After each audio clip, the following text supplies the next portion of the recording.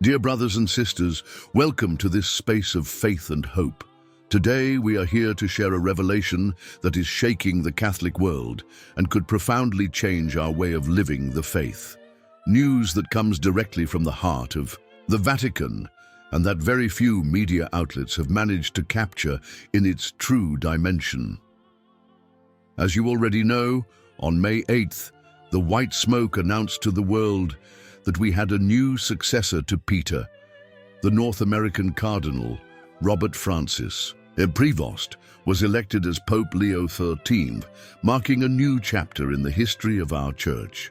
But what many don't know is that before departing to the Father's house, Pope Francis delivered a sealed letter to his future successor, with specific instructions to open it only when seated on the chair of St. Peter. What did that mysterious letter contain? What important message did Francis want to leave as his final legacy? According to sources close to the Vatican, this letter contains not only pastoral advice, but profound revelations about the future of the Church and the path we must follow as believers in these turbulent times. Pope Leo XIV himself, in a private meeting with some cardinals, reportedly confessed that Francis's words left him deeply moved and transformed, and that he felt the responsibility to share this wisdom with all the faithful. What makes this document so extraordinary is not only its origin but its content. We are not talking about administrative or political issues of the Church, but spiritual teachings that can transform our daily lives, our relationship with God, and with our brothers and sisters. Today, for the first time, we will reveal the content of this letter, organized into 5 main teachings that Pope Francis wanted to leave as a legacy to his successor and through him to all of us.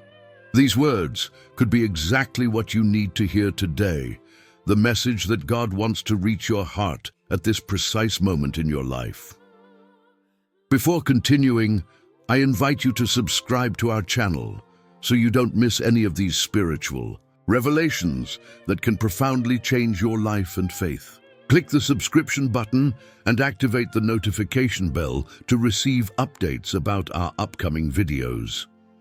To understand the depth of this letter, it's important to know the special relationship that existed between Pope Francis and the man who is now Pope Leo XIV. Robert Francis Prevost, born in Chicago in 1955, is an Augustinian who dedicated much of his missionary life to Latin America, especially in Peru, where he served as Bishop of Chiclayo. His humility, his closeness to the poor, and his pastoral vision caught Francis's attention, who appointed him prefect of the dicastery for bishops in 2023, a key position in the Vatican. During the last 2 years of Francis's life, Prevost became one of his closest collaborators. They shared a similar vision of the Church, closer to the people, less bureaucratic, more committed to the poor and to caring for creation. According to those who knew them closely, a relationship of deep trust and mutual admiration developed between them. The last official meeting between them took place just 3 days before Francis's passing. In that meeting, which lasted almost 2 hours, the Argentine Pope handed Prevost a sealed envelope with the papal coat of arms. "This is for when God wills it," Francis reportedly said with a smile. No one imagined then that just 72 hours later, the Pope would go to the Father's house. During the period of sede vacante, Prevost kept this letter as a personal treasure. He didn't even mention its existence during the conclave. Only after accepting his election as Pope Leo XIV and following Francis's instructions did he open the envelope in the solitude of the private chapel. What he found were not instructions on how to manage the Roman Curia or strategies to face the political challenges of the Church. It was something much deeper, a spiritual testimony, a kind of mystical testament in which Francis shared what he considered the essence of the gospel and the heart of the Church's mission in today's world. Leo XIV was so impacted by this message that, according to his closest collaborators, he spent the entire night in prayer. The next day, he convened a small group of cardinals and shared the content of the letter with them, asking for their advice on how to transmit these teachings to the entire church. The final decision was clear. These words should not remain within the inner circles of the Vatican. They were a message for all believers, a spiritual compass to navigate these complex times. "These are not my words, they are Francis's, inspired by the Holy Spirit," Leo XIV reportedly said. "And the Spirit does not speak only to a privileged few, but to all the people of God." Thus, with the blessing of the new Pope, we can now know the 5 great teachings that Francis wanted to leave as his most important spiritual legacy. Teachings that, according to Leo XIV, will mark the course of his pontificate and are called to profoundly renew our faith and our Christian practice. First teaching from the letter, compassion as the path. The first teaching that Francis shared in his letter refers to compassion as the essential path of Christianity. "Dear brother," wrote Francis, "if there is one thing I have tried to put at the center of my pontificate, it is God's mercy, not as an abstract theological concept, but as a living experience that transforms hearts. A church without compassion is like a body without a soul, a musical instrument without melody." In his letter, Francis confessed that this understanding didn't come from theology books, but from his pastoral experience, especially in the poorest neighborhoods of Buenos Aires. There he discovered that compassion is not simply a feeling, but a way of looking at the world through God's eyes, of approaching others with the heart of Christ. True compassion, the letter continued, makes us take off our shoes in the face of others' suffering, recognizing that we are treading on sacred ground. We don't judge, we don't condemn, we don't scandalize.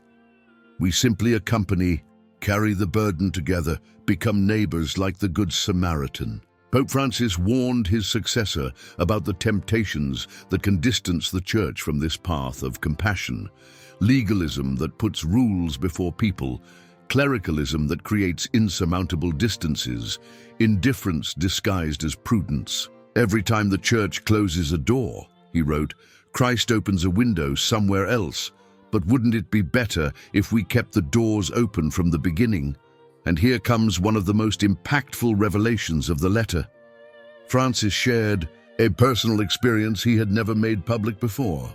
During a visit to a prison in Rome, an inmate convicted of homicide asked him for confession.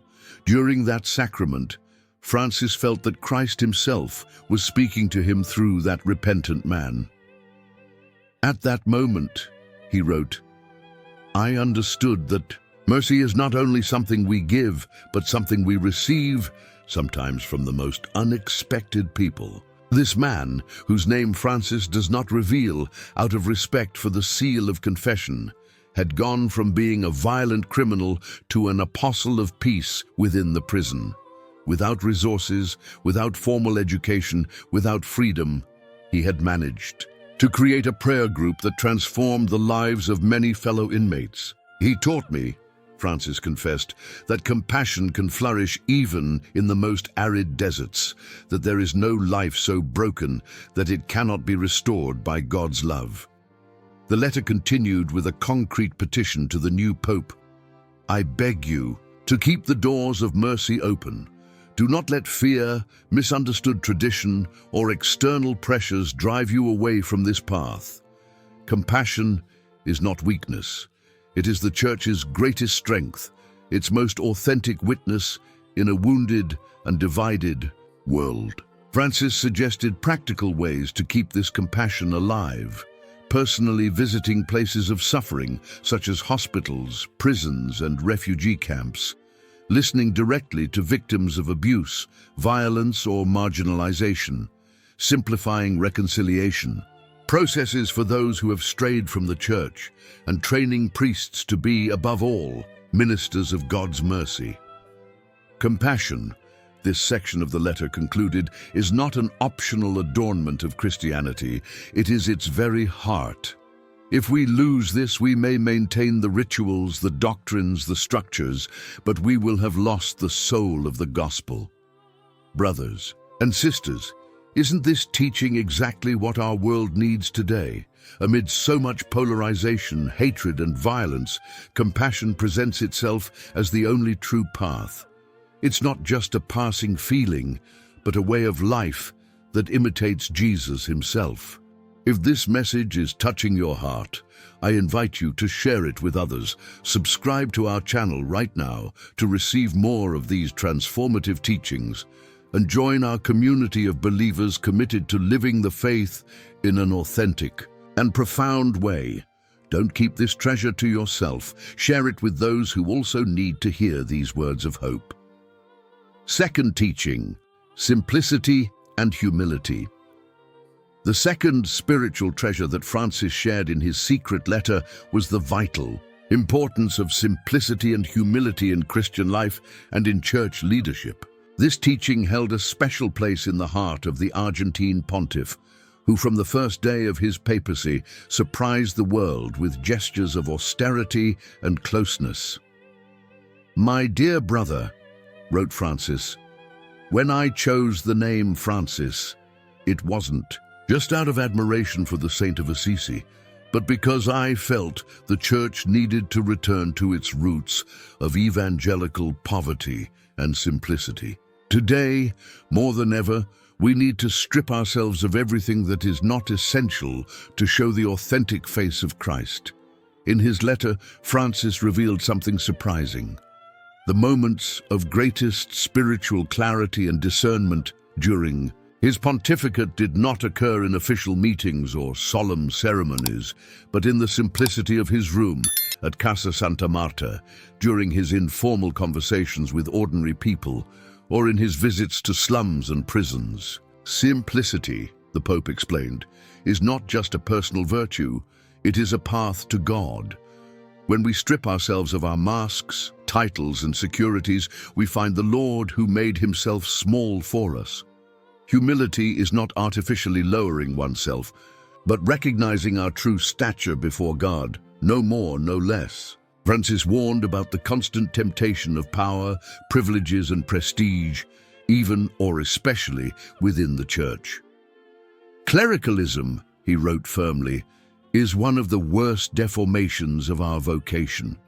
It transforms service into status, authority into control, shepherding into domination.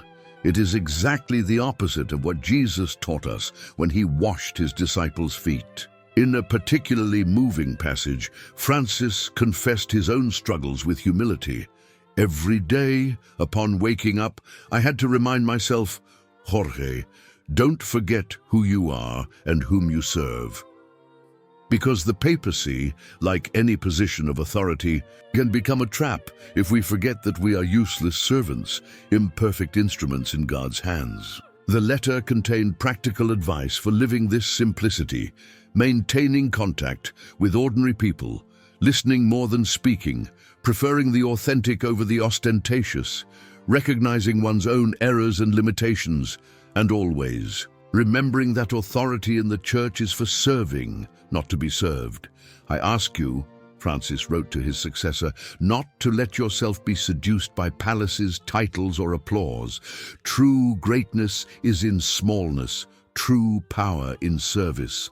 Approach the poor not only to help them, but to let yourself be taught by them, because they often understand the gospel better than theologians." The Pope revealed in his letter how he had made the decision to live in Casa Santa Marta instead of the Apostolic Palace.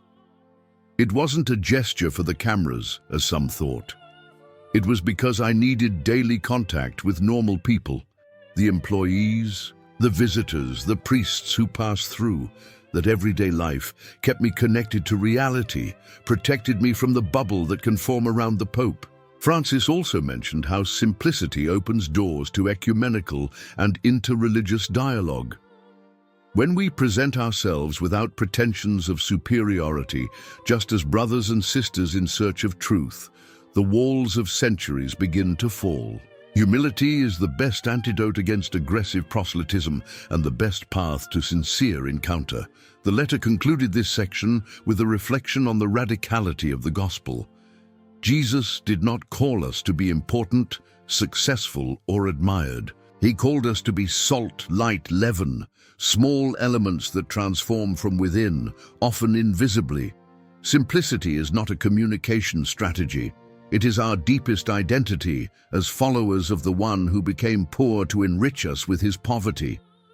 This message of simplicity and humility resonates with special force in our current world, obsessed with image, success, and appearance. It reminds us that the true power of Christianity is not in its political or cultural influence, but in the authenticity of its witness, in the coherence between what we preach and how we live. Third teaching: attention to the marginalized. The third great message that Pope Francis captured in his secret letter focuses on one of the pillars of his pontificate: preferential attention to the marginalized and excluded. This teaching perhaps reflects the most prophetic dimension of his ministry, the one that most shook consciences and generated debates inside and outside the church. "Dear brother," wrote Francis, "if there is one thing the gospel teaches us with meridian clarity, it is that Jesus was always on the peripheries, geographical, social, religious, and existential. It was not by chance that he was born in a manger, lived as a migrant in Egypt, grew up in despised Nazareth, and died outside the walls of Jerusalem. The peripheries were not places of occasional visits for him, but his permanent home." The letter revealed that this option for the marginalized was not for Francis a simple pastoral strategy or a political stance, but a demand that springs from the very heart of the gospel. Every time we ignore the hungry, the thirsty, the stranger, the naked, the sick, or the imprisoned, he warned, it is not only them whom we reject, but Christ himself who fully identifies with the discarded of our society. Francis pointed with concern to how even within the church there is the temptation to seek prestige, to approach the powerful and move away from those who can offer nothing in terms of influence or resources. A comfortable church, installed, friend of power, is a contradiction of the gospel, he stated forcefully. Our mission is not to preserve privileges or maintain structures, but to serve as our Master did, who did not come to be served, but to serve. At this point, the letter shared a moving story that profoundly marked Francis's spirituality.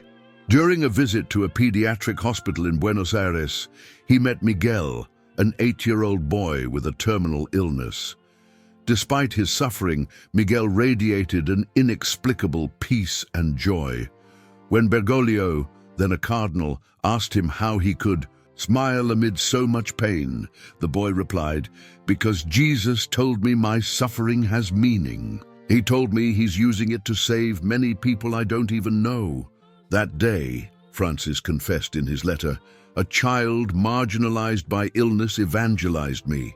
He taught me more about the mystery of the cross than all my years of theological studies. Since then, I understood that the poor, those who suffer, the excluded, are not objects of our charity, but subjects carrying divine wisdom, teachers who show us the face of Christ in a way that books cannot teach. The letter continued by listing the concrete faces of today's marginalized, migrants fleeing war and poverty, victims of human trafficking, indigenous peoples stripped of their lands, abandoned elderly, unborn children, and those discarded by a throwaway culture, those suffering discrimination because of their race, gender, or condition, people with disabilities, the mentally ill, and so many others who live on the physical and existential peripheries of our world.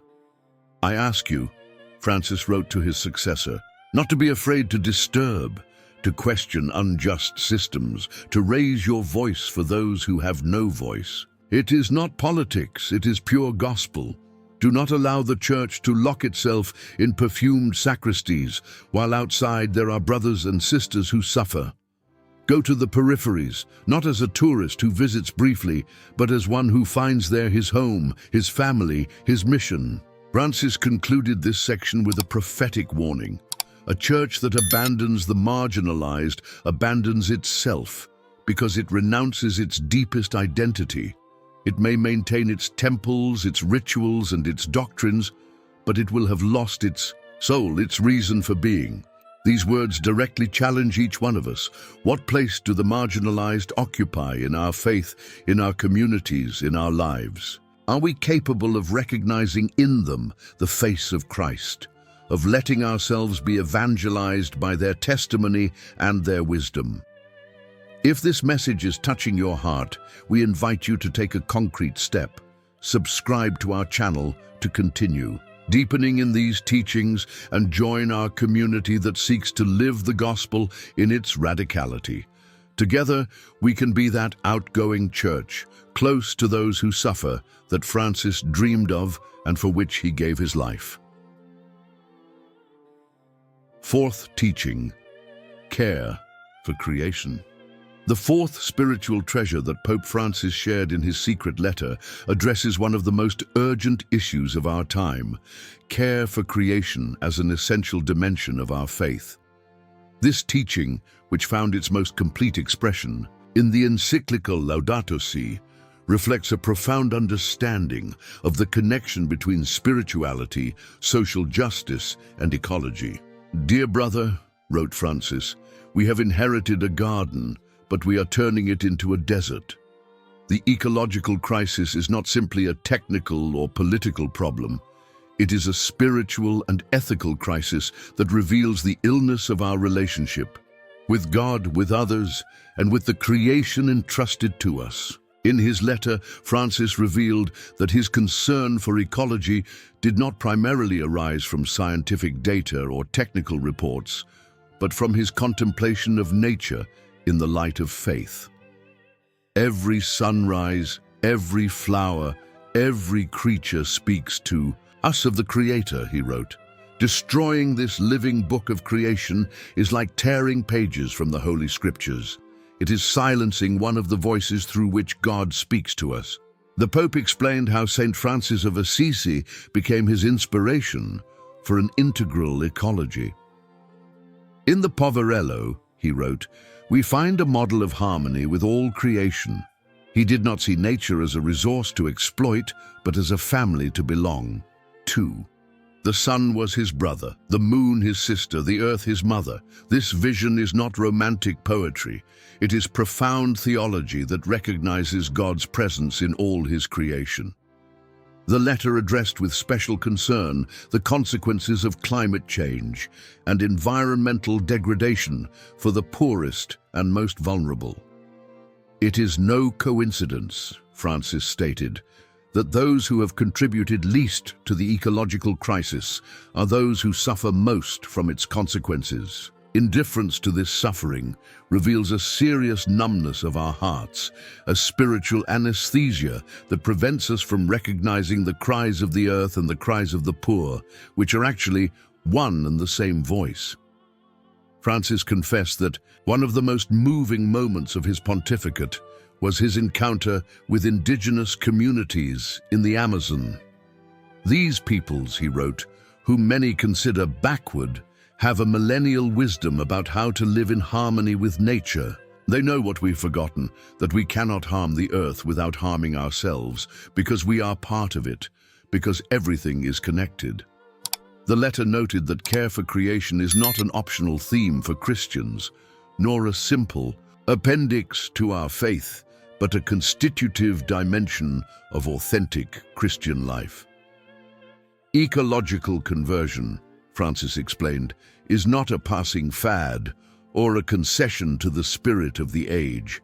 It is a demand that springs from our faith in a Creator, God who has entrusted us with this garden to cultivate and care for, not to devastate. Francis invited his successor to continue promoting a spirituality that integrates care for creation, suggesting concrete actions, fostering dialogue between science and faith, supporting communities most affected by climate change, advocating for policies that promote environmental justice, and encouraging believers to adopt more sober and sustainable lifestyles. I ask you, he wrote with special emphasis, not to give in to the pressures of those who, in the name of false progress or for short-term economic interests, want to silence this message. The defense of our common home is not a political option. It is a moral and spiritual responsibility that affects the future of all humanity, and especially the poorest. The letter concluded this section with a reflection on Christian hope in times of ecological crisis. Faced with the temptation of catastrophism or denial, we offer hope, not a naive optimism that minimizes problems, but an active hope, grounded in the certainty that God does not abandon His creation and calls us to be His collaborators in the healing of our common home. This message about care for creation challenges each of us. It reminds us that the way we treat the planet reflects our relationship with God and with our brothers and sisters. It calls us to an integral conversion that transforms not only our ideas, but also our daily habits and our social and economic structures. Fifth teaching, unity and diversity. The fifth and final great message that Pope Francis entrusted to his successor in this secret letter focuses on one of the greatest challenges of our time, building unity while respecting and valuing diversity.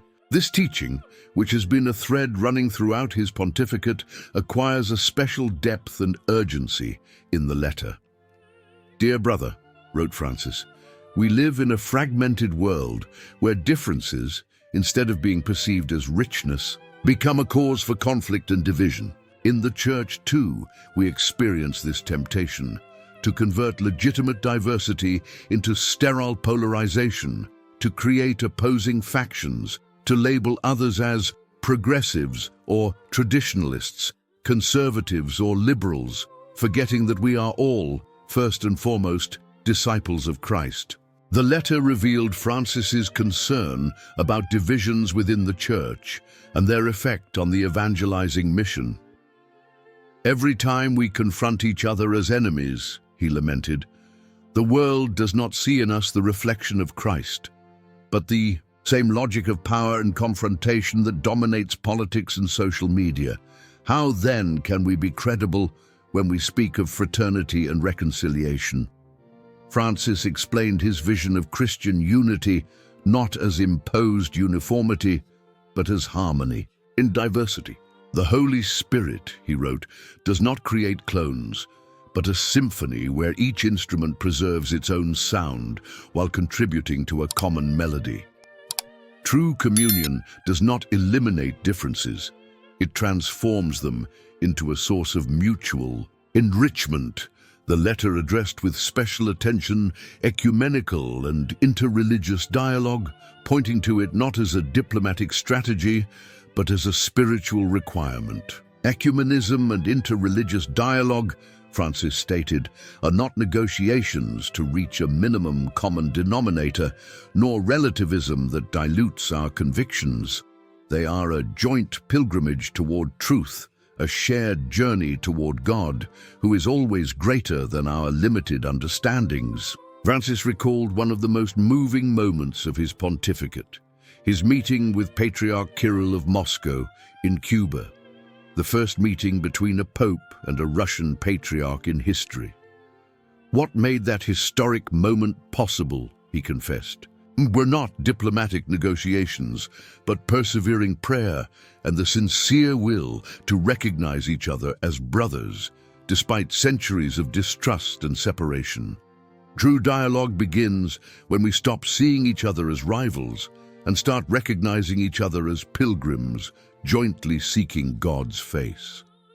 The letter also addressed synodality as a way to build unity and diversity within the Church. Synodality, he explained, is not a passing fad or a concession to the democratic spirit of our age. It is the recovery of a constitutive dimension of the Church, the co-responsibility of all the baptized in the mission, community discernment under the guidance of the Holy Spirit, mutual listening as a path of fidelity to the gospel. Francis warned against two opposite but equally dangerous temptations. On the one hand, authoritarian uniformism that imposes a single vision and silences discordant voices. On the other, relativism that renounces the search for truth in the name of a false peace. Our path is more demanding, to seek together God's will, listening to the Word, the living tradition of the Church, and the signs of the times, with the certainty that the Spirit will guide us to the complete truth. The letter concluded this section with a personal request. I ask you, dear brother, not to be afraid of tensions and conflicts. They are part of the journey. What matters is how we face them, not as occasions to defeat the other, but as opportunities to grow together.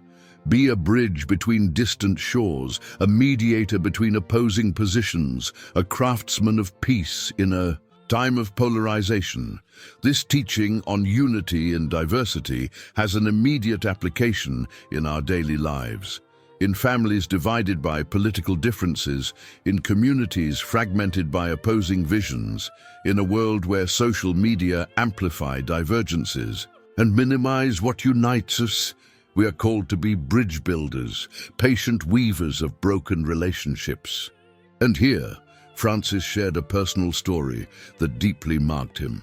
During a pastoral visit to a community divided by an internal conflict in Argentina, he found two leaders who hadn't spoken to each other for years, dragging the entire neighborhood into their enmity. Francis invited them to a joint meeting, without an agenda or pretensions, to resolve everything immediately. At first, he wrote, there was only uncomfortable silence and suspicious glances. Then I asked them to do something seemingly simple, for each to tell the other's story, not their own story, to try to put themselves in the shoes of the one they considered their adversary. What happened next was extraordinary. As they narrated the other's story, each began to see dimensions they had never considered, the hidden sufferings, the misinterpreted good intentions, the fears that fed distrust. They didn't reach an agreement on everything, Francis clarified, but they rediscovered their shared humanity.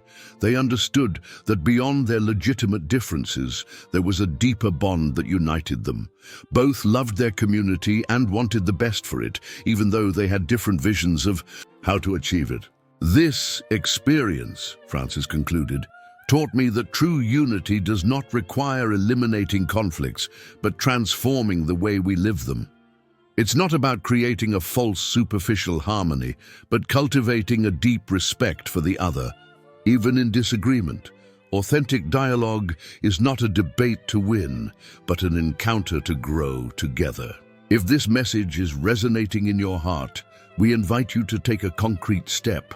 Subscribe to our channel to continue deepening in these teachings and join our community that seeks to live the gospel in all its richness.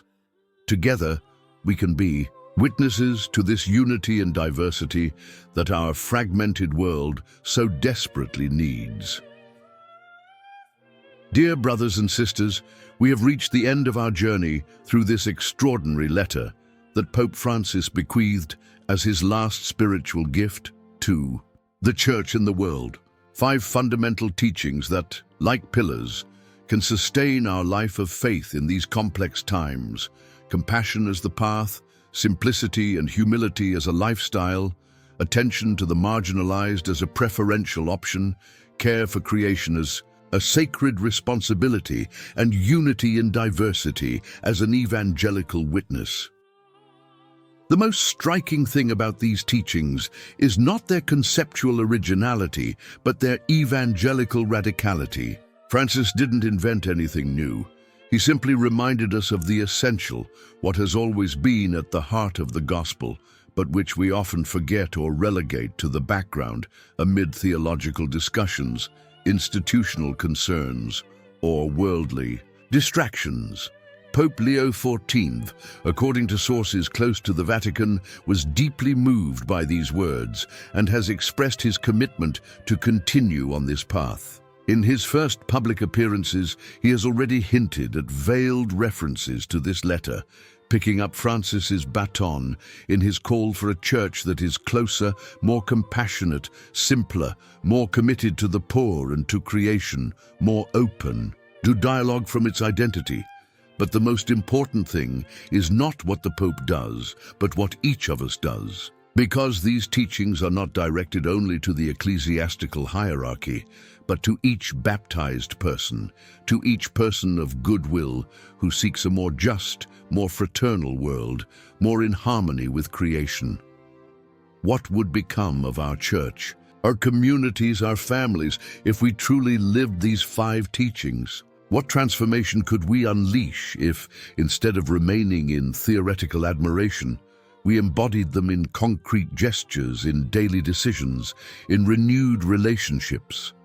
Compassion would take us out of our comfortable indifference and bring us closer to others' suffering, discovering in it the face of Christ.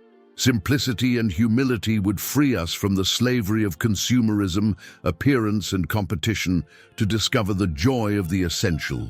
Attention to the marginalized would take us to the peripheries, not as occasional visitors, but as fellow travelers, learning as much as teaching. Care for creation would transform our relationship with nature, moving from exploitation to gratitude and responsibility. And unity and diversity would teach us to see in the different not a threat, but a gift, a necessary complement to our always limited vision. These teachings, lived as a whole, constitute a true spiritual revolution. Not a violent revolution that imposes by force, but a revolution of love that transforms from within, that seduces by its authenticity, that convinces with witness before words. The world does not need more theories, more documents, more declarations. It needs credible witnesses of this revolution of love. People who live what they preach, who embody these teachings not as a burden to bear, but as a path to freedom and fullness. Today, dear friends, we stand at a crossroads. We can remain in passive admiration of these beautiful words, or we can become protagonists of this spiritual renewal that Francis dreamed of and for which he gave his life until his last breath. What will your response be? What small step can you take today to live more fully one of these teachings? Perhaps a gesture of compassion towards someone who suffers, an act of simplicity by renouncing the superfluous, a sincere closeness to some marginalized person, an ecological decision in your lifestyle, an attempt at dialogue with someone who thinks differently. Let's not wait for others to begin. Let's not delegate to structures what personally corresponds to us. The renewal of the church, the transformation of the world, begin with your decision and mine to live the gospel in its radicality, inspired by these 5 teachings that Francis has left us as his most precious spiritual legacy. Before saying goodbye, we invite you to subscribe to our channel to continue deepening in these and other teachings that can transform your spiritual life. Share this video with those who could benefit from this message. And above all, put these teachings into practice, becoming yourself a living letter, a credible witness of God's love that transforms all things. May God bless you, dear brothers and sisters, and may the Spirit of Francis continue to inspire our journey of faith until our next meeting.